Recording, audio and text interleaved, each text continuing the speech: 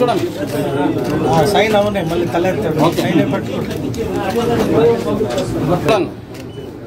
చూడబోతే తీసే వల్ల కళ్ళు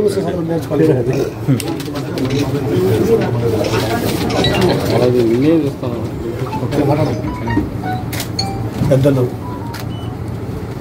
చంద్రబాబు నాయుడు గారు ఎంతో నమ్మకంతో ఒక గురుతర బాధ్యతగా ఈ బ్యాంకుని మళ్ళా నన్ను ఛార్జ్ తీసుకోమని పంపారు. మీకు తెలుసు గత 5 సంవత్సరాలు ఏం జరిగింది ఇక్కడ. దాన్నింటిని కూడా బయట చేయడానికి బాబన్న ముందరబడి సంవత్సరంగా వాటన్నింటినీ కూడా విటిని ఎన్నికలు లేపించి అని బాబన్న దొరబాబన్న దాని మీద పెద్ద పోరాటం చేశారు. కొంచెం ఎక్కువ బాధ్యత నా మీద పెట్టి దీన్ని మళ్ళీ పూర్వవైపు తేవాలని తెస్తానని ఒక నమ్మకంతో నాకు ఈ బాధ్యత అప్పగించారు. నేను కలిసి థ్యాంక్స్ చెప్పాను, అన్న చేస్తాను కదా. అలా కాదు ఇంకా బాగా అన్నారు. ముందు చేశాం కదండి, కాదు ఇంకా బాగా అన్నారు. ఖచ్చితంగా చేయాలనుకుంటాను. ఆయన బ్లెస్సింగ్స్తో దొరబాబన్న, జగన్ గారు, నా తాతకి సోదరుడు, నా మిత్రుడు సిఆర్ రాజను, చంద్రప్రకాష్ గారు, చంద్రబాబు, ఇక చూసి అర్థమవుతాను మీకు. ఇంకొక మిత్రుడు, మా ఆత్మీయ మిత్రుడు, అందరి సహకారంతో మళ్ళీ ఒక సెంట్రల్ బ్యాంక్ అంటే సెంట్రలైజ్డ్ బ్యాంకు ప్రతి ఒక్కరి ఉమ్మడి చిత్తూరు జిల్లాలో ఇది ముఖ్యమైన ప్రదేశంగా మారుస్తానని, అందరి గౌరవాన్ని కాపాడుతానని, బాబు గారి నమ్మకాన్ని ఏం మాత్రం బొమ్మ కానినని ఈ సందర్భంగా మీ అందరి ముందు నేను ప్రమాణం చేస్తున్నాను. వసూళ్ళకి ఇయ్యను, అప్పుకి ఇయ్యను, వసూళ్ళకి ఇయ్యను. ఈ పొద్దు కేంద్ర గవర్నమెంట్ రాష్ట్రం చాలా రకాలైన ప్రోత్సాహకర కార్యక్రమాలు చేస్తాను.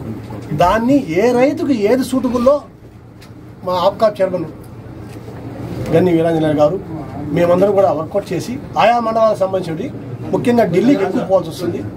పోగలిగి తేగలిగి తెచ్చి వాళ్ళు ఎక్కడో చెట్టుకి నిద్రపోతాం, నిద్ర లేపి ఇది నీకు సూటబుల్, ఇది నీ హక్కు, ఇది నీకు చేరాల్సిందని అతనికి చేర్చి ఆ విధంగా మనకు ఉంటుంది. తర్వాత మామూలుగా అప్పులు ఇస్తాము, వసూలు చేస్తాం. అది నార్మల్ కార్యక్రమం.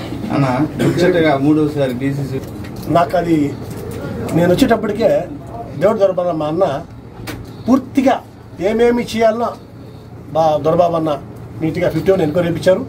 చాలా పద్ధతిగా చాలా క్లీన్గా దాన్ని అన్నిటి కూడా ఎన్క్వైరీ చేయించారు. ఎన్క్వైరీ చేసిన తర్వాత మా నాయకులు చంద్రబాబు నాయుడు గారు అసెంబ్లీ హౌస్ కమిటీ వేశారు. 7 మంది ఎమ్మెల్యేలతో కొనతల రామకృష్ణ గారు చైర్మన్గా, మన జిల్లా నుంచి అమరన్న మెంబర్గా ఉన్నారు.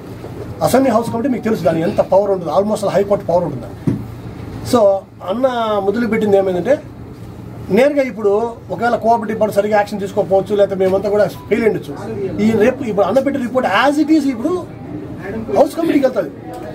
హౌస్ కమిటీ తీసుకునే నిర్ణయాన్ని ఎవరు ఆపలేరు. చాలా సీరియస్గా ఉంటుంది ఈ మ్యాటరు.